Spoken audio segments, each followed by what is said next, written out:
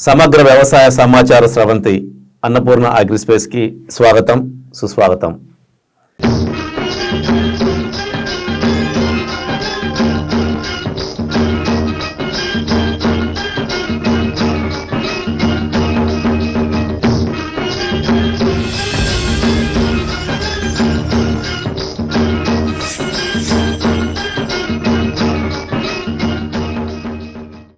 ఈ 24వ ఎపిసోడ్లో మనము తెగుళ్ళు రకాలు, వాటి నివారణ చర్యలు గురించి తెలుసుకుందాం. దీనికంటే ముందు మరొక్కసారి మీకు పునశ్చరణ కోసం చెప్తున్నాను. గత 22, 23 ఎపిసోడ్లలో చెప్పినట్లు తెగుళ్ళు రాకమునుపే మనము భూమిని శుద్ధి చేసుకోవడం ద్వారా, అంటే జీవన ఎరువులను, జీవ నియంత్రకాలను పశువుల ఎరువులో వృద్ధి చేసుకొని ప్రతి సంవత్సరము భూమిలో వేయటం వలన దాదాపుగా 80 నుంచి 90% తెగుళ్లను మనం ముందుగానే అరికట్టిన వాళ్ళం అవుతాము. ఇది అక్షర సత్యము. ప్రతి రైతు దీని మీద నమ్మకం ఉంచి జీవన ఎరువులని, జీవ నియంత్రకాలని 400 లేదా 500 కేజీల పశువుల ఎరువులో వృద్ధి చేసుకొని ప్రతి సంవత్సరము వేయండి. 3 సంవత్సరాల తర్వాత మీకే అర్థమవుతుంది నేను చెప్పింది ఎంత యథార్థము. ఇప్పుడున్న పరిస్థితుల్లో పశు సంపద లేని ఈ సమయంలో ఒక్కొక్క ఎకరానికి 20 టన్నుల పశువుల ఎరువు వేయాలంటే ఏ రైతుకు సాధ్యం కాదు. కానీ నేను చెప్పిన మార్గంలో కేవలం 500 కేజీల పశువుల ఎరువు సరిపోతుంది. అంటే ఒక 20 ఎకరాలున్న రైతుకి 10 టన్నుల పశువుల ఎరువు సరిపోతుంది. ఇది ప్రతి సంవత్సరము చేయండి ఓపికగా. తరువాత తెగుళ్ళు వచ్చి పంట నాశనం అయిపోయి తిరిగి ఎలా కంట్రోల్ చేసుకోవాలో తెలియక, తెగులేందో సరిగా గుర్తించలేక, దానికి సరైన నివారణ చర్య చేయలేక పంట నష్టపోవడం కంటే ప్రతి సంవత్సరము నేను చెప్పినట్లు జీవన ఎరువులను, జీవ నియంత్రకాలను పశువుల ఎరువులో వృద్ధి చేసుకొని వేయటం వలన మీకు తదుపరి వచ్చే తెగుళ్ళు చాలా తక్కువగా ఉంటాయి. వచ్చినా కూడా తక్కువ ఖర్చుతో మీకు ఆ తెగుళ్ళు నివారింపబడతాయి. ఆ రకంగా అక్కడ డబ్బులు మిగులుతాయి. మొదట మీరు ఒక 4-5 వేలు ఖర్చు పెట్టినప్పటికీ తర్వాత ఇంతకంటే ఎక్కువ మీకు డబ్బులు మిగులుతాయి. స్ప్రే ద్వారా మీకు చాలా ఖర్చులు తగ్గుతాయి. అంతేకాకుండా పంట నష్టం అనేది ఉండదు. చాలా నాణ్యతతో కూడిన దిగుబడి మీకు వస్తుంది. ఇన్ని రకాలుగా ఉపయోగం ఉంటుంది. కాబట్టి ప్రతి రైతు దీన్ని ఆచరించండి. ఇప్పటికీ చాలామంది రైతులు దీనివైపు రావడానికి చాలా అయిష్టంగా ఉన్నారు. మొన్న ఈ మధ్యనే ఒక రైతు పప్పాయ పంట గురించి నాకు ఫోన్ చేశారు. బాగా కాపు కాసిన తర్వాత నిలువున చెట్లు కూలిపోతున్నాయి. కారణం విల్ట్ వచ్చి భూమిలో వేరు వ్యవస్థ మొత్తం కుళ్ళిపోయి మొదలు వరకు అలాగే విరిగి పడిపోతున్నాయి. సో ఆ సమయంలో ఏమి చేయలేము. దాన్ని అంత ఉధృతంగా లోపల ఆ తెగులు వ్యాప్తి చెందున్నప్పుడు దాన్ని కంట్రోల్ చేయాలంటే కష్టం.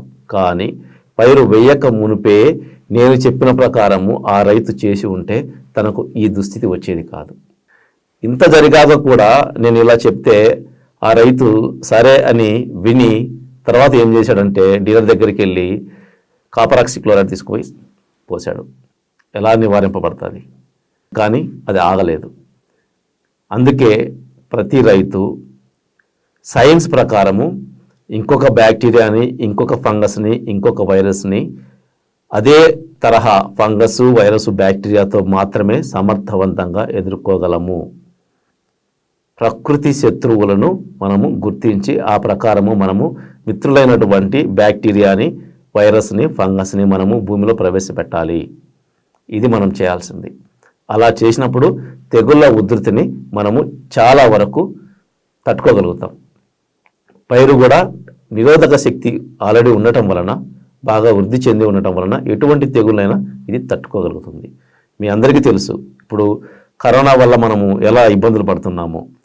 ఎవరికి వస్తోంది, ఎవరికి రావట్లేదు, ఎవరికి వచ్చినా కూడా తట్టుకోగలుగుతున్నారు అనేది మీ అందరికీ తెలుసు.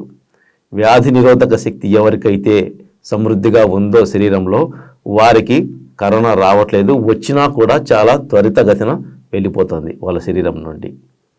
అంటే పోరాడే శక్తి ఆ శరీరంలో ఉంది కాబట్టి ఆ కరోనా వాళ్ళని ఏం చేయలేకపోతుంది. వ్యాధి నిరోధక శక్తి రావాలి అంటే ఏం చేయాలి? సమృద్ధిగా అంటే అన్ని రకాల ప్రోటీన్స్, విటమిన్స్ అన్ని రకాలు మన బాడీలో ఉండాలి, మన శరీరంలో ఉండాలి. అదే ప్రకారము మొక్కలో కూడా వ్యాధి నిరోధక శక్తి ఉండాలి, సమృద్ధిగా పెంపొందించుకోవాలి. మొక్క అంటే 16 రకాల మూలకాలు తప్పనిసరి అందుబాటులో ఉండాలి. నేను ఇదివరకే చెప్పాను, ప్రతి రైతుకి మనసులో ఎప్పుడు మెదులుతూ ఉండవలసిన నంబరు 16. ఇది రైతు జీవితంతో ముడిపడిన సంఖ్య.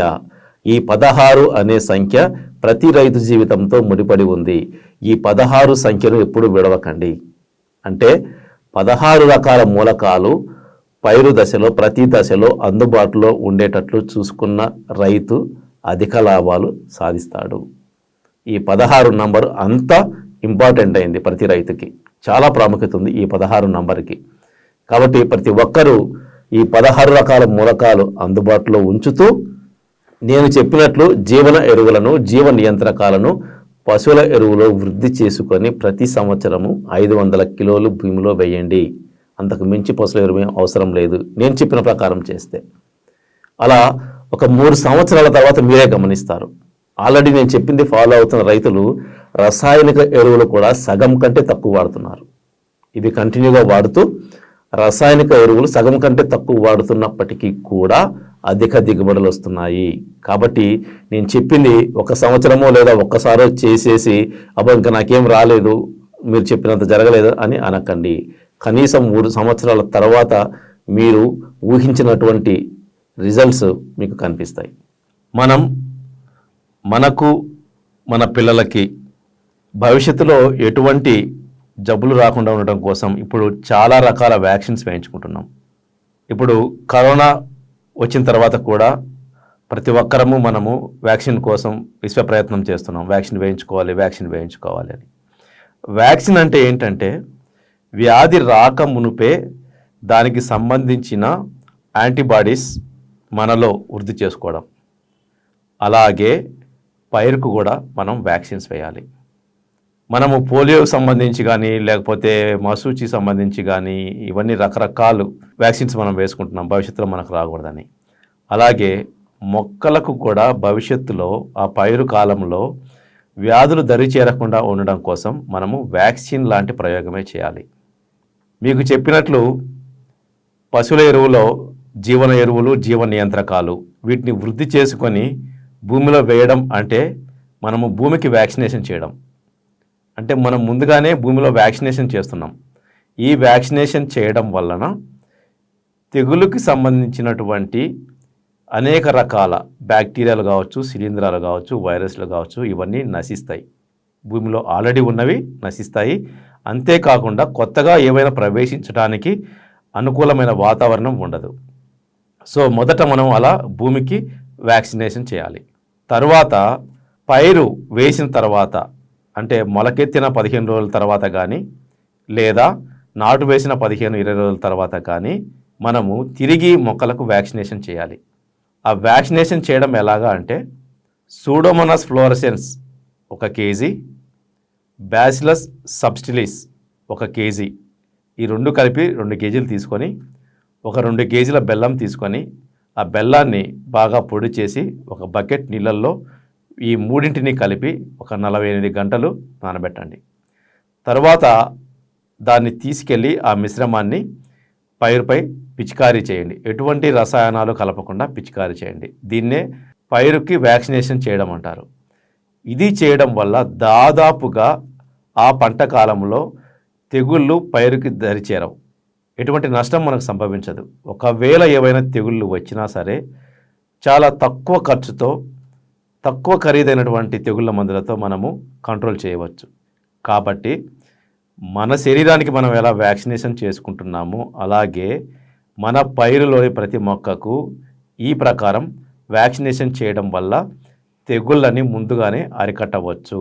ఇది ప్రతి ఒక్కరూ దీని విలువను గుర్తించి ప్రతి రైతు మొదటి స్ప్రేలో ఈ సూడోమోనాస్ ఫ్లోరసెన్స్ అంటే ప్రతిభా బయోటెక్ వారి ఫ్లిక్ అని అందుబాటులో ఉంటుంది. అది తర్వాత బ్యాసిలస్ సబ్టిలిస్ ప్రతిభా బయోటెక్ వారిది సర్వర్ అని అందుబాటులో ఉంటుంది. ఈ ఫ్లిక్ సర్వరు కేజీ తీసుకొని 2 kgల బెల్లంలో నానబెట్టి ఎటువంటి కెమికల్స్ కలపకుండా డైరెక్ట్గా స్ప్రే చేయండి. అలా చేయడం వలన మనము మన పైరులోని ప్రతి మొక్కకు వ్యాక్సినేషన్ చేసినట్లు. దీనివలన తెగుళ్ళు రాకుండా ముందే మనము అరికడుతున్నాం అన్నమాట. ఇలా ప్రతి ఒక్క రైతు చేయాలని ఆశిస్తున్నాను. అయినప్పటికీ మనకు అడపాదడపా తెగుళ్ళు ఏదైనా వచ్చినా కూడా వాటిని ఎలా నివారించుకోవాలో మీకు చెప్తాను. ఇప్పుడు ఆ తెగుళ్ళు ఎటువంటి రకాలు ఉన్నాయి, వాటిని ఎలా గుర్తించాలి, ఎలా నివారించుకోవాలి అనేది ఈ విభాగంలో మనము పూర్తిగా వివరంగా మాట్లాడుకుందాం. ముఖ్యంగా తెగుళ్ళు అనేటివి 98% భూమి నుంచే సంక్రమిస్తాయి. అంటే తెగుళ్ళకి కారకాలైనటువంటి ఈ సూక్ష్మజీవులు వాటి బీజాలు భూమిలో ఉండిపోతాయి. అవి తిరిగి అనుకూలమైన వాతావరణం ఏర్పడగానే మళ్ళీ అవి వేరు వ్యవస్థ ద్వారా మొక్కలకి వివిధ భాగాలకి ప్రవేశిస్తాయి. అలా ప్రవేశించి మొక్కను నిలువున నాశనం చేస్తూ మన ఉత్పత్తి మీద, మన దిగుబడి మీద దెబ్బతీస్తాయి. కాబట్టి ప్రతి రైతు మొదట దృష్టి పెట్టవలసింది నేలలోని తెగుళ్ళని నివారించాలి. ఇది మీకు ఎలానో ముందే చెప్పాను.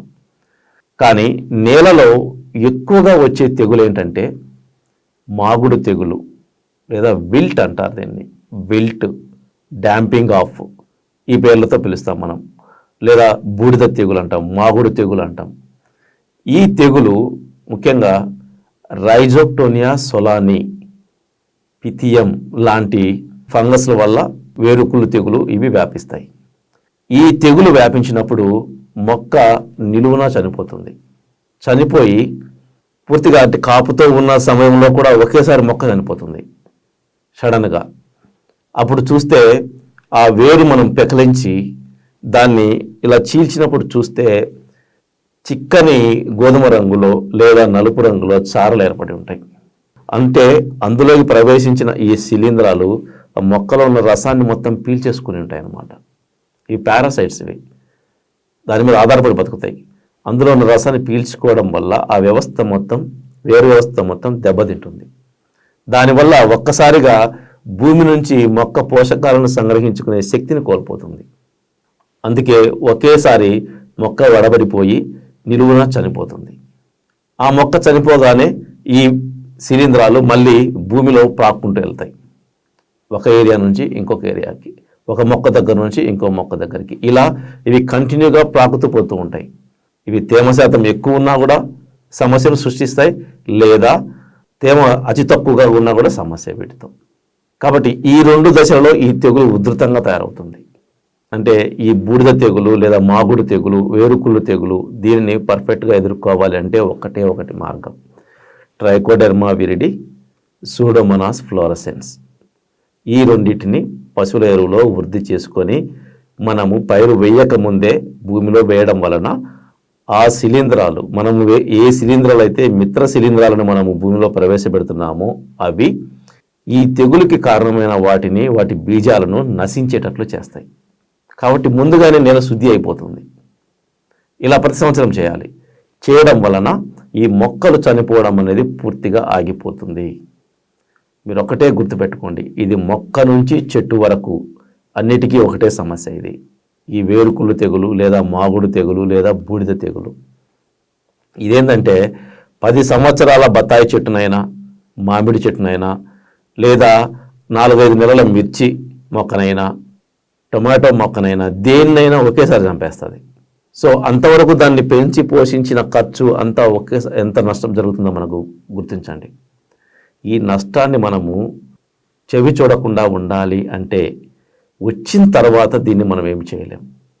కానీ ప్రతి సంవత్సరము ప్రతి రైతు ట్రైకోడెర్మా విరిడి ఒక 10 కేజీలు, సూడోమోనాస్ ఫ్లోరసెన్స్ ఒక 10 కేజీలు పశువుల ఎరువులో వృద్ధి చేసుకొని ప్రతి సంవత్సరము వేయండి.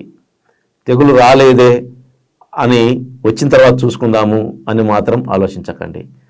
వచ్చినా రాకపోయినా ప్రతి సంవత్సరము మీరు చేయవలసిన పని ఇది. అలా చేస్తూ పోతే ఒక్క మొక్క కూడా నష్టం వాటిల్లదు. అంతేకాకుండా భవిష్యత్తులో తెగుళ్ళు అనేటివి ఏ పైరు వేసినా దరికిరావు. కాబట్టి ఈ వేరుకుళ్ళు లేదా బూడిద తెగులు లేదా మాగుడు తెగులు వీటిని తట్టుకోవాలంటే ట్రైకోడెర్మా విరిడి, సూడోమోనాస్ ఫ్లోరసెన్స్ని పశువుల ఎరువులో వృద్ధి చేసుకొని భూమిలో వేసుకోవాలి. ఇది ఈ తెగుల్ని నివారించే నివారణ చర్య.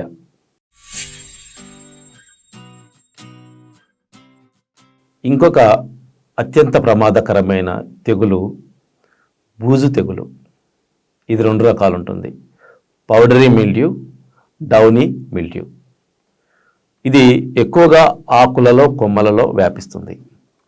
ఆకు అడుగు భాగాన, ఆకు పై భాగాన, కొమ్మలలో, కొమ్మల చాటున కింది వైపున ఇలా ఎక్కువగా కనిపిస్తుంది. అంటే బూజులాగా ఏర్పడుతుంది, తెల్లగా పౌడర్ లాగా కూడా ఏర్పడుతుంది.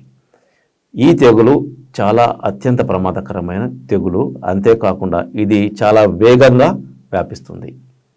ఇది మొక్కలో అన్ని భాగాలకు వేగంగా వ్యాపిస్తుంది. అంతేకాకుండా ఒక మొక్క నుంచి ఇంకో మొక్కకి, లేదా ఒక పైరు నుంచి ఇంకో పైరుకి, లేదా ఒక రైతు పొలం నుంచి ఇంకో రైతు పొలంకి చాలా అత్యంత వేగంగా వ్యాపించే తెగులు, అత్యంత ఎక్కువ నష్టాన్ని కలిగించే తెగులు ఈ బూజు తెగులు.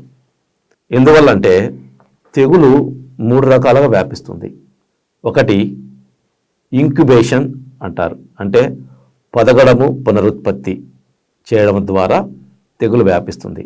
అంటే ఒక శిలీంధ్రము లేదా ఒక బ్యాక్టీరియా తన పునరుత్పత్తిని చేయడం వల్ల అవి గాలి ద్వారా ఇతర భాగాల మీద సోకడము, లేదా గాలి ద్వారా ఒక మొక్క నుంచి ఇంకో మొక్కకి పోవడము, లేదా గాలి ద్వారా ఒక రైతు పొలం నుంచి ఇంకో రైతు పొలంలోకి వెళ్ళిపోయి ఆ మొక్కల మీద పడి అక్కడ వ్యాప్తి చెందడము. దీన్ని ఇంక్యుబేషన్ అంటారు. లేదా పొదగడము లేదా పునరుత్పత్తి ద్వారా వ్యాపించడం తెగులు. ఈ పద్ధతిలో ఈ తెగులు చాలా ఉధృతంగా వ్యాప్తి చెందుతుంది, ఈ బూజు తెగులు అనేది. అదే ప్రకారము మనం ఇందాక చెప్పుకున్నటువంటి ఈ వేరుకుళ్ళు కానీ, లేదా బూడిద తెగులు కానీ, లేదా మాగుడు తెగులు, ఇవి పెనట్రేషన్ అంటారు. చొచ్చుకొని పోవడము లేదా పాకడము ద్వారా ఎక్కువ వ్యాప్తి చెందుతాయి ఇవి. అంటే కొన్ని రకాలు తెగుళ్ళు కొన్ని రకాలుగా వ్యాప్తి చెందుతాయి. అంటే ఈ బూజు తెగులేమో ఇంక్యుబేషన్ అంటే పొదగడము, పునరుత్పత్తి ద్వారా గాలిలో వ్యాపిస్తూ ఇతర పైర్లకి, ఇతర మొక్కలకు వ్యాపిస్తే, అలాగే ఈ మాగుడు తెగులు లేదా వేరుకుళ్ళు తెగులు లాంటి తెగుళ్ళు భూమిలో చొచ్చుకొని పోవడము, పాకడము, పెనట్రేషన్ అంటారు. ఈ పద్ధతిలో భూమిలో వ్యాప్తి చెందుతూ పోతూ ఉంటుందన్నమాట. ఇంకొన్ని ఇన్ఫెక్షన్, సంక్రమణ అంటారు. సంక్రమణ ద్వారా మళ్ళీ వ్యాపించడం. అంటే ఒక పైరు తెగులు సోకి ఉన్న పైరుని మనము తీసివేసిన తర్వాత దానికి సంబంధించినటువంటి బీజాలు అవన్నీ మిగిలిపోయి ఆ భూమిలో ఉండి అక్కడే ఉండడం వల్ల తిరిగి మనం పైరు వేయగానే మళ్ళీ అక్కడ సంక్రమిస్తాయి, ఆ పైరుకి ఇంకో పైరుకి సంక్రమిస్తాయి. ఇలా సంక్రమించడం, దీన్ని ఇన్ఫెక్షన్ అంటారు. ఆల్రెడీ ఇన్ఫెక్ట్ అయింది భూమి అక్కడ, లేదా మొక్కలో ఒక భాగము ఏదైనా ఇన్ఫెక్ట్ అయింది అనుకుంటాము, ఆ భాగం నుంచి ఇంకో భాగానికి ఆ ఇన్ఫెక్షన్ పాకుతుంది. సో ఇలా ఇన్ఫెక్షన్ ద్వారా కూడా మనకు తెగుళ్ళు వ్యాప్తి చెందుతాయి. 3 రకాలుగా తెగుళ్ళు వ్యాప్తి చెందుతాయి. ఒకటి ఇంక్యుబేషన్ అంటే పొదగడము లేదా పునరుత్పత్తి. 2 పెనట్రేషన్ అంటే చొచ్చుకొని పోవడము లేదా పాకడము ద్వారా. 3 ఇన్ఫెక్షన్ అంటే సంక్రమించడం, ఒక తరం నుంచి ఇంకో తరానికి, ఒక పైరు నుంచి ఇంకో పైరుకి ఇలా సంక్రమించడం, విత్తనము ద్వారా కావచ్చు, ఇంకో రకంగా కావచ్చు, ఆ రకంగా సంక్రమించడం. ఈ 3 పద్ధతుల్లో తెగుళ్ళు వ్యాప్తి చెందుతూ ఉంటాయి. ఈ బూజు తెగులు తీసుకున్నప్పుడు, లేదా పౌడరీ మిల్డ్యూ, డౌనీ మిల్డ్యూ అని పిలుస్తాం మనం ఇంగ్లీష్లో. ఈ బూజు తెగులు మనకు ఇంక్యుబేషన్ ద్వారా, పొదగడము లేదా పునరుత్పత్తి ద్వారా అతి వేగంగా వ్యాప్తి చెందుతుంది. ఆకులు రాలిపోతూ ఉంటాయి, ఆకుల కింద పైన తెల్లగా ఏర్పడుతూ ఉంటుంది, పొడి అంటే బూడిదలాగా కనిపిస్తూ ఉంటుంది మనకు. ఎల్లోగా మారిపోవడం లేదా తెల్లగా మారిపోవడము, పసుపు వర్ణంలోకి లేదా తెలుపు వర్ణంలోకి మారిపోయి ఆకులు మొత్తం రాలిపోతూ ఉంటాయి. కాబట్టి ఈ కిరణజన్య సంయోగ క్రియకు ఆటంకం ఏర్పడుతుంది. మొక్క పోషక విలువను గ్రహించలేదు, అన్ని రకాలుగా ఇబ్బంది జరిగి చివరికి పూత పిందె కూడా రాలిపోతూ ఉంటుంది. అంత దారుణమైన నష్టం జరుగుతుంది ఈ బూజు తెగులు వ్యాప్తి చెందిన తర్వాత. ఇది రాకముందే మనము సూడోమోనాస్ ఫ్లోరెసెన్స్ లేదా బ్యాసిలస్ సబ్స్టిలిస్ విడివిడిగా వాడినా పర్లేదు, ఈ 2 కలిపి కిలో తీసుకొని ఒక 2 కేజీల బెల్లం నీటిలో 48 గంటల పాటు ఇంట్లో ఒక బకెట్లో నానబెట్టి తర్వాత పొలానికి తీసుకెళ్ళి ముందుగానే రాక మునిపే మొదటి దశలోనే ఒకసారి స్ప్రే చేయండి. అలా స్ప్రే చేయడం వల్ల ఆ తెగులు ఉధృతి తక్కువగా ఉంటుంది.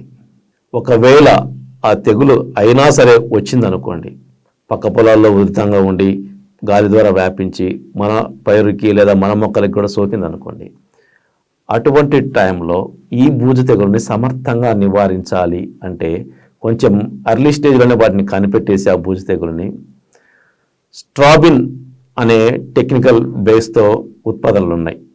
మన ప్రతిభా బయోటెక్లో అయితే రాక్ స్టార్ ప్లస్ పేరుతో దొరుకుతుంది.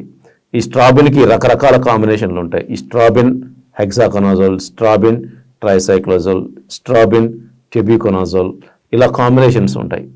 ఆ కాంబినేషన్స్ ఉన్న ఆ ఉత్పత్తిని మనము ఎకరానికి 250 ml మనము పిచికారీ చేయడం వలన ఈ బూడిద తెగులని సమర్థవంతంగా నివారించవచ్చు. ఒకసారి ఈ బూజు తెగులు మనకు కొంచెం కనిపించిందంటే వెంబడే మీరు చిన్న చిన్న ఫంగిసైడ్స్ అంటే వదిలేసి మ్యాంకోజెబ్బో లేకపోతే సిఓసి కానీ వీటిని పక్కన పెట్టేయండి. బూజు తెగుల వ్యాప్తి మొదలైందంటే మీరు వెంబడే ఈ స్ట్రాబిన్ ఆధారిత ఉత్పత్తులని స్ప్రే చేయండి. తప్పనిసరిగా మీకు మంచి రిజల్ట్ వస్తుంది.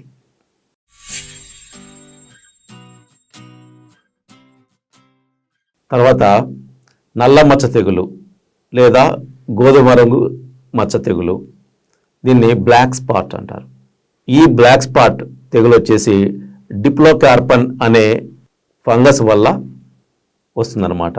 అంటే ఆకులో మచ్చలు మచ్చలుగా ఏర్పడుతూ ఉంటాయి. ఆ మచ్చలు చిన్నది మొదలుకొని పెద్దగా అవుతూ ఉంటాయి. ఇది ఎక్కువగా మనకు వేరుశెనగలో ఎక్కువ వస్తుంది. టిక్కా ఆకు మచ్చ అని కూడా అంటాం మనం, టిక్కా తెగులు అంటాం దీన్ని. ఇది కాయ పడ్డ తర్వాత విపరీతంగా వచ్చి మొత్తం ఆకు మొత్తం రాలిపోతుంది. పూర్తిగా మనకు కాయలు భూమిలో ఏర్పడక ముందే ఇక్కడ ఆకులన్నీ రాలిపోవడం వలన మనకు ఆ వెయిట్ అనేది తగ్గుతుంది, కాయలు తాలు పడతాయి ఎక్కువ. ఈ టిక్కా ఆకుమచ్చ తెగులు లేదా బ్లాక్ స్పాట్, దీన్ని మనము నివారించాలంటే ఇవి కొద్దిగా తక్కువ మోతాదు మందులతోనే నివారింపబడుతుంది. ఈ మ్యాంకోజెబ్, కాపరాక్సిక్లోరైడ్ ఈ కాంబినేషన్లో ఉన్నటువంటి ఉత్పత్తులను వేటినైనా సరే మనము పిచికారీ చేయడం వలన ఈ టిక్కా ఆకుమచ్చ లేదా బ్లాక్ స్పాట్ నల్ల మచ్చ తెగులని మనము సమర్థవంతంగా నివారించవచ్చు.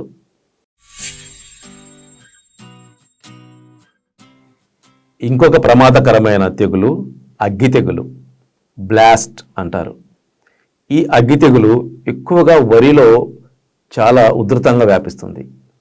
మిగతా పంటలో కూడా వస్తుంది, కానీ వరిలో ఈ వాతావరణం అంటే అక్కడ తేమ శాతం ఇవన్నీ ఎక్కువగా ఉండటం వలన వ్యాప్తి చెందటానికి కానీ వృద్ధి చెందటానికి కానీ అనుకూలమైన వాతావరణం ఎక్కువగా వరిలో ఉంటుంది.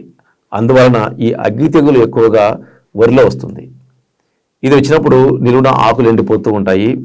ఈ గెనుపు అంటాము లేదా కనుపు అంటాం, అక్కడ ఎక్కువగా నల్లగా ఏర్పడిపోయి ఒక భాగం నుంచి ఇంకో భాగానికి ఆహార ప్రసరణ అనేది ఆగిపోతుంది.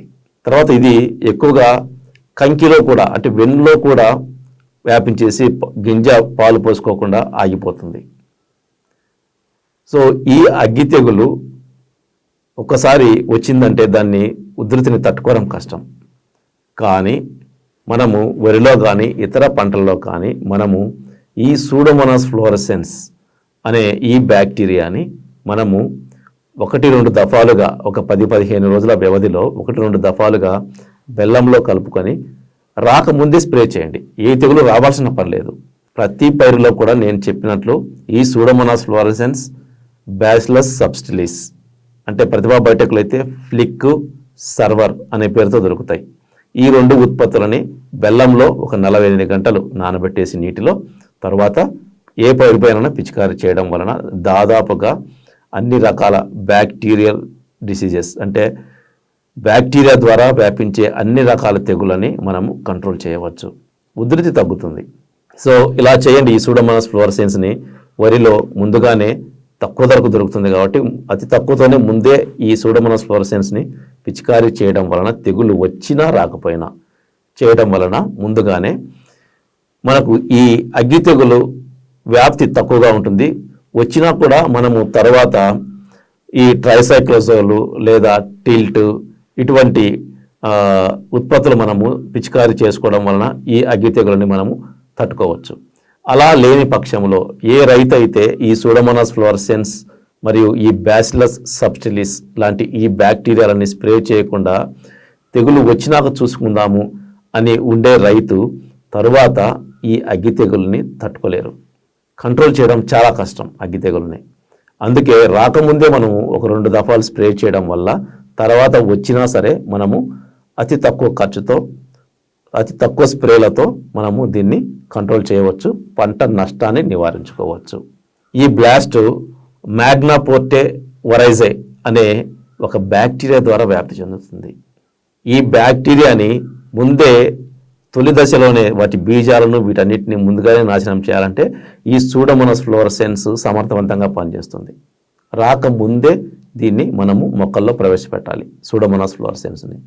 లేదా వరిలో దమ్ము చేసినప్పుడు ఈ జీవ నియంత్రకాలు జీవన ఎరువులని ఎలా వృద్ధి చేసుకుంటామో దానిని దమ్ము చేసి లెవెల్ చేసిన తర్వాత ఆ 500 kg వరిలో వేయండి, వరి మడిలో.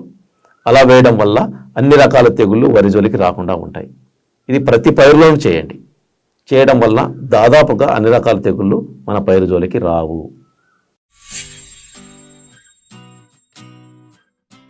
ఇంకొక ప్రమాదకరమైన తెగులు పాము పొడ తెగులు, షీత్ బ్లైట్ అంటారు. అంటే మీరు వరిలో చూసినప్పుడు వరి దుబ్బుకి ఇలా అల్లుకున్నట్లుగా చారలు ఏర్పడి ఉంటాయి, గోధుమ రంగులో చారలు ఏర్పడి ఉంటాయి. అంటే పాము ఆకారంలో ఉంటుంది కాబట్టి దీన్ని పాము పొడ తెగులు అంటారన్నమాట. ఈ పాము పొడ తెగులు కూడా రైజోప్టోనియా సొలాని అనేటువంటి ఒక ఫంగస్ ద్వారా ఏర్పడుతుంది. ఈ రైజోప్టోనియా సొలాని అత్యంత ప్రమాదకరమైంది. ఈ రైజోప్టోనియా సొలాని వేరు కుళ్ళుకి దారితీస్తుంది, అలాగే ఈ పాము పొడ తెగులుకి కూడా దారితీస్తుంది. ఈ పాము పొడ తెగులు కూడా ఎక్కువగా మనకు వరిలో కనిపిస్తుంది. అంటే దానికి అనువైన వాతావరణము, గాలిలో తేమ ఎక్కువగా ఉంటే ఈ పాము పొడ తెగులు ఉధృతంగా వ్యాప్తి చెందుతుంది. దీనిని మనము నివారించాలంటే మనము హెక్సాకొనోజోల్ లేదా టిల్ట్ ఇటువంటివి యూజ్ చేయడం వల్ల, ఉధృతి ఎక్కువగా ఉందనుకోండి, అంటే ఈ పాము పొడ తెగులు లేదా అగ్గి తెగులు వృద్ధి ఎక్కువగా ఉందనుకోండి వరిలో, అప్పుడు మనము ఇదివరకు చెప్పినట్లు స్ట్రాబిన్ అనే టెక్నికల్ ఉంటుంది. ఈ స్ట్రాబిన్ ట్రైసైక్లోజోల్ లేదా స్ట్రాబిన్ హెక్సాకొనోజోల్ ఈ కాంబినేషన్లో మీరు స్ప్రే చేయడం వలన అగ్గి తెగులు పాము పొడ తెగులు ఉధృతంగా ఉంటే ఇవి కంట్రోల్ చేయబడతాయి. కానీ వీటికి కూడా సరైన మార్గము ముందుగానే టీకా లాంటి ఈ సూడోమోనాస్ ఫ్లోరసెన్స్ బ్యాసిలస్ సబ్టిలిస్ ముందుగానే బెల్లంలో కలిపి మొదటి దశలోనే స్ప్రే చేయండి. చేయడం వలన ఈ ఉధృతి మనకు తక్కువగా ఉంటుంది. అగ్గి తెగులు పాము పొడ తెగులు ఉధృతి చాలా తక్కువగా ఉంటుంది. సో ఇలా ఈ పాము పొడ తెగుల్ని అగ్గి తెగుల్ని మనము నివారించుకోవచ్చు.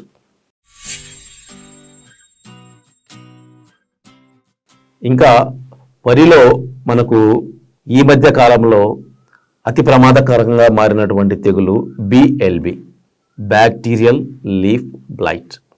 ఇది జాంతోమోనాస్ వరైజే అనే ఒక బ్యాక్టీరియా ద్వారా వ్యాపిస్తుంది.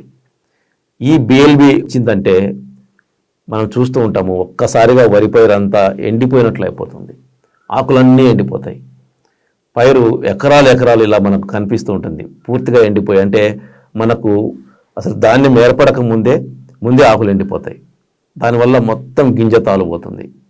ఈ బిఎల్బి ఉధృతి ఈ మధ్య కాలంలో ఎంత ఎక్కువగా ఉందంటే ఒక్కోసారి 15 నుంచి 18 బస్తాల దిగుబడి వస్తుంది, ఈ కేవలం బిఎల్బి అనే తెగులు కారణం వలన. గత సంవత్సరం కూడా అదే సమస్య. ఈ బిఎల్బి కూడా గాలిలో తేమ శాతం ఎక్కువగా ఉంటే ఉధృతంగా వ్యాపిస్తుంది. అందులో ఈ 2-3 సంవత్సరాల నుంచి వీటి బీజాలు కూడా ఎక్కువగా ఉండిపోయినాయి భూమిలో. సంక్రమణ అంటే గత సంవత్సరం మళ్ళీ ఈ సంవత్సరానికి సంక్రమించడం, ఈ సంక్రమణ అనేది ఎక్కువగా జరుగుతుంది ఈ బిఎల్బి విషయంలో. కానీ ఏ రైతు అయితే నేను చెప్పిన ప్రకారము జీవన ఎరువులు జీవ నియంత్రకాలు వృద్ధి చేసుకొని అందులో అవన్నీ కలిపి భూమిలో వేసుకొని ఉన్నారో ఆ రైతుకి ఆ సంవత్సరమే ఈ బిఎల్బి అనేది చాలా తక్కువ వచ్చింది. పూర్తిగా పైరు ఏర్పడినట్లు కనపడింది, చాలా చోట్ల చూసాం, వీడియోలు కూడా తీసాం. మీకు అవి తర్వాత వచ్చే ఎపిసోడ్స్లో మీకు అవన్నీ ప్రదర్శిస్తాము. అంటే ఈ జీవన ఎరువులు, జీవ నియంత్రకాలు భూమిలో ముందుగానే ఉండటం వలన, వ్యాధి నిరోధక శక్తి మొక్కలలో బాగా వృద్ధి చెంది ఉండటం వలన ఈ బిఎల్బి కానీ, అగ్గి తెగులు కానీ, పాంపొడ తెగులను కానీ వరి బాగా తట్టుకుంటుంది. వరే కాదు, ఏ మొక్కైనా భవిష్యత్తులో ఎటువంటి తెగులు సంక్రమించకుండా వ్యాధి నిరోధక శక్తిని వృద్ధి చెందేలా చేసుకుంటుంది. కాబట్టి ప్రతి రైతు కూడా వరిలో దమ్ము చేసినప్పుడు వరి మడిలో ఈ జీవ నియంత్రకాలు, జీవన ఎరువులను వృద్ధి చేసుకొని భూమిలో వేయండి. వేయడం వలన ఈ బిఎల్బి నుంచి మీరు సమర్థవంతంగా బయటపడతారు. వచ్చిన తర్వాత కంట్రోల్ చేద్దామంటే ఈ బిఎల్బిని కంట్రోల్ చేయలేరు. ఇది ఒక ప్రాంతం నుంచి ఇంకో ప్రాంతానికి, ఒక పైరు నుంచి ఇంకో పైరుకి, ఒక మొక్క నుంచి ఇంకో మొక్కకి అతివేగంగా వ్యాప్తి చెందే తెగులు ఇది. ఒకసారి భూమి నుంచి వాతావరణ పరిస్థితులు అనుకూలంగా ఉండగానే మొక్కలేకి వ్యాపిస్తుంది. అక్కడ పొదగడము, వృద్ధి చెందడము లాంటి ఈ చర్యలన్నీ జరిగి గాలి ద్వారా వ్యాపిస్తూ పోతుంది. వేల ఎకరాలు అలా వ్యాప్తి చెందుతుంది. కాబట్టి ఈ బిఎల్బిని తట్టుకోవాలి అంటే ముందుగానే జీవ నియంత్రకాలు, ముఖ్యంగా సూడోమోనాస్ ఫ్లోరసెన్స్, బ్యాసిలస్ సబ్టిలిస్, ఈ జీవ నియంత్రకాలని మనము పశువుల ఎరువుల్లో వృద్ధి చేసుకొని భూమిలో వేయడం వలన ఈ బిఎల్బిని, అగ్గి తెగుల్ని, పాంపొడ తెగుల్ని మనము సమర్థవంతంగా ముందే ఎదుర్కోగలుగుతాము. లేని పక్షంలో బిఎల్బి అయినా కూడా వచ్చిందనుకోండి, అటువంటి సమయంలో మనము ఈ ట్రైసైక్లోజోలు, హెక్సాగనోజోలు లేదా టిల్ట్ లాంటి టెక్నికల్స్ ఉపయోగించి స్ప్రే చేయడం వలన ఈ బిఎల్బిని తట్టుకోవచ్చు. కానీ ముందే నివారణ చర్యలు చేపట్టకపోతే ఎటువంటి రసాయనిక తెగులు మందులు వాడినా సరే మీకు పెద్దగా ఉపయోగం ఉండదు. అందుకే చాలామంది రైతులు తిట్టుకుంటూ ఉంటారు, ఎన్ని మందులు కొట్టినా బిఎల్బి కంట్రోల్ అవ్వట్లేదని. అవ్వదు కూడా, ఒకసారి ఉధృతంగా వచ్చిందంటే అది అవ్వదు. అందుకే ఆ ఉధృతిని తగ్గించడానికి ముందు Pseudomonas fluorescens, Bacillus subtilis, Trichoderma viride ఈ మూడింటిని వృద్ధి చేసుకోండి. పశువుల ఎరువులో చేసుకొని ముందే దమ్ములో వేయండి. దమ్ము చేసుకుని లెవెల్ చేసిన తర్వాత వేయడం వలన భూమిలో బాగా వృద్ధి చెంది ఉంటాయి. మొక్కల్లోకి వెంబడే ఇవి వ్యాపించి ఆ తెగుల్ని రాకుండా అడ్డుకుంటాయి. సో ఈ పద్ధతి ద్వారానే బిఎల్బిని మనం సమర్థవంతంగా ఎదుర్కోగలుగుతాము. ఇక కూరగాయల పంటల్లో కానీ, పండ్ల తోటల్లో కానీ వచ్చేటువంటి యాంథ్రాక్నోస్ లేదా కాయకుళ్ళు, కొమ్మకుళ్ళు, పండుకుళ్ళు, ఈ తెగులు తీరా పంట చేతి దగ్గరకు వచ్చిన తర్వాత రైతుని విపరీతంగా దెబ్బతీసే తెగులు, అత్యంత ప్రమాదకరమైన తెగులు. ఇది రైజోక్టోనియా నుంచి వ్యాపిస్తుంది. ఈ తెగులు సోకినప్పుడు పండు లోపలి భాగము లేదా కాయ లోపలి భాగము కుళ్ళిపోతుంది, లేదా కొమ్మలు కూడా లోపల కుళ్ళిపోతాయి, చివుళ్ళు కుళ్ళిపోతూ ఉంటాయి. సో ఈ యాంథ్రాక్నోస్ కూడా అత్యంత వేగంగా వ్యాప్తి చెందే తెగులు. దీన్ని నివారించాలంటే ముందుగా మనము సూడోమోనాస్ ఫ్లోరసెన్స్ని రాకముందే స్ప్రే చేసుకోవడం ఒక మార్గం అయితే, వచ్చిన తర్వాత హెక్సాకోనోజోల్ లేదా ట్రైసైక్లోజోల్ వీటిని మొదటి దశలో స్ప్రే చేసి చూడండి. అయినా కూడా కంట్రోల్ కాకపోతే ఈ స్ట్రోబిన్ కాంబినేషన్లో ఉన్నటువంటి రాక్స్టార్ ప్లస్ లాంటి తెగుళ్ళ మందులని వాడండి. స్ట్రాబిన్, ట్రైసైక్లోజోలు, స్ట్రాబిన్, హెక్సాకోనోజోలు వీటి కాంబినేషన్లో తెగుళ్ళ మందులని ఉపయోగించడం వలన ఈ యాంథ్రాక్నోస్, కొమ్మకుళ్ళు లేదా కాయకుళ్ళు ఈ తెగుళ్ళని సమర్థవంతంగా నివారించవచ్చు. ఇక అన్ని రకాల పైరులో వచ్చే వైరస్ తెగుళ్ళు, tungro virus, tobacco virus, yellow mosaic ఇలాంటి ఎన్నో రకాల వైరస్ తెగుళ్ళు, మనకు ఇంకా తెలియని ఎన్నో రకాల వైరస్ తెగుళ్ళు ప్రతి పంటలో వ్యాపిస్తూ ఉంటాయి. వైరస్ వచ్చిన తర్వాత, పైరుకు సోకిన తర్వాత దాన్ని కంట్రోల్ చేయాలంటే ఎవరి సాధ్యము కాదు. మానవులకు వచ్చే వైరస్ వ్యాధులనే మనం కంట్రోల్ చేసుకోలేకపోతున్నాం. ఇక పైరుకు సోకే, మొక్కకు సోకే వైరస్ తెగులని మనము ఎటువంటి పరిస్థితుల్లోనూ వాటిని కంట్రోల్ చేయలేము. కాకపోతే మన చేతిలో ఉన్న ఒకే ఒక తరుణోపాయం ఏంటంటే ముందుగానే వ్యాధి నిరోధక శక్తిని పెంపొందించడం. అంటే మొక్కలకు ముందుగానే టీకాలు వేయడం. మొక్కలకు టీకాలు వేయడం ఏంటంటారా? ఇదివరకు చెప్పినట్లు సూడోమోనాస్ ఫ్లోరసెన్స్, బ్యాసిలస్ సబ్టిలిస్ని మొదటి దశలోనే, పెరుగుదల దశలోనే బెల్లంలో కలిపి స్ప్రే చేయడం ఒక మార్గం అయితే, విత్తనం వేయకముందే, నాటు వేయకముందే భూమిలో జీవన ఎరువులు, జీవ నియంత్రకాలని మనము వృద్ధి చేసుకొని భూమిలో వేయడం ఇంకొక తరుణోపాయం. ఈ రెండు చేస్తూ మనము 16 రకాల మూలకాలని అందుబాటులో పెట్టడం వలన మొక్కలో వ్యాధి నిరోధక శక్తి బాగా వృద్ధి చెంది ఎటువంటి వైరస్ కూడా మన పైరుని దరిచేరదు. కాబట్టి వైరస్ వచ్చిన తర్వాత మీరు బాధపడే కంటే, నష్టపోయే కంటే రాకమునిపే నివారణోపాయాలు చేయవలసి ఉంటుంది. అలా అయితేనే మనం వైరస్ తెగులను తట్టుకుంటాము. వచ్చిన తర్వాత వీటికి దాదాపుగా నివారణ చర్యలు లేవు. కాబట్టి ప్రతి రైతు వైరస్ తెగుళ్ళ గురించి రాకముందే మనము నివారణ చర్యలు చేపట్టాలి. అంటే వ్యాధి నిరోధక శక్తిని పెంపొందించడం ఒక్కటే మార్గము. దానికి మించిన వేరే తరుణోపాయము లేదు. కాబట్టి ప్రతి రైతు మొక్కలలో లేదా పైరులో సోకే తెగుళ్ళ పట్ల చాలా అప్రమత్తంగా ఉండాలి. మనకు జరిగే పంట నష్టములో 60% కేవలము తెగుళ్ళ వలనే మనము నష్టపోతున్నాము. అంటే ఒక 10 బస్తాల ధాన్యము దిగుబడి తగ్గింది అంటే 6 బస్తాలు కేవలం తెగుళ్ళ వల్ల మనకు దిగుబడి పోయి ఉంటుంది. మిగిలిన 4 బస్తాలు మనము ఎరువులు సక్రమంగా వేయకపోవడము, లేదా వాతావరణ ఒడిదుడుకులు, లేదా కలుపు, లేదా పురుగు, లేదా రసం పీల్చు పురుగులు, వీటి వల్ల మిగిలిన 40% మనకు నష్టం జరిగితే 60% కేవలం తెగుళ్ళ వల్ల నష్టపోతాం మనం. కాబట్టి ప్రతి రైతు తెగుళ్ళ వరకు వచ్చిన తర్వాత మనం నివారణ చర్యలు చేపడదాంలే అనుకుంటే మీరు నష్టాన్ని చవిచూసి తరువాత మనము నివారణ చర్యలు చేపట్టినట్లు. ఎందుకంటే తెగులు బయటపడటానికి టైం తీసుకుంటుంది, సమయం పడుతుంది. అది మొక్కల వ్యాప్తి చెంది భూమి నుంచి వేరు వ్యవస్థ ద్వారా, కొమ్మల ద్వారా ఆకులకి, పువ్వులకి, కాయలకి వ్యాప్తి చెంది అక్కడ మనకు మచ్చ రూపంలోనూ వేరే రూపంలోనూ మనకు బయటపడే సమయంలో దాదాపు 10-15 రోజులు మొక్క అంతర్భాగాలను దెబ్బతీస్తూ వస్తుంది. అప్పుడు మొక్క చాలా దెబ్బతింటుంది. కాబట్టి ఆ పరిస్థితి రాకుండా ముందే మనము నివారణ చర్యలు చేయడం వలన తెగుళ్ళని మనము సమర్థవంతంగా అరికడతాము. తెగుళ్ళ వరకు మీరు వచ్చిన తర్వాత చూసుకుందాంలే అనే పద్ధతిని పక్కన పెట్టండి. తెగులు రాకుండా ఏం చేయాలి అని మాత్రమే చేయండి. అటువంటి పరిస్థితుల్లోనే ఏ తెగులనైనా మనము సమర్థవంతంగా నివారించగలుగుతాము. ఎటువంటి నష్టము వాటిల్లకుండా మనము ఈ అనేక రకాల వ్యాధుల నుంచి మన పైరుని సంరక్షించుకోగలుగుతాము. కాబట్టి ప్రతి రైతు, మరొకసారి చెప్తున్నాను, విత్తనం వేయకముందు జీవన ఎరువులని, జీవ నియంత్రకాలని భూమిలో పశువుల ఎరువులో కలిపి వృద్ధి చేసుకొని భూమిలో వేయండి.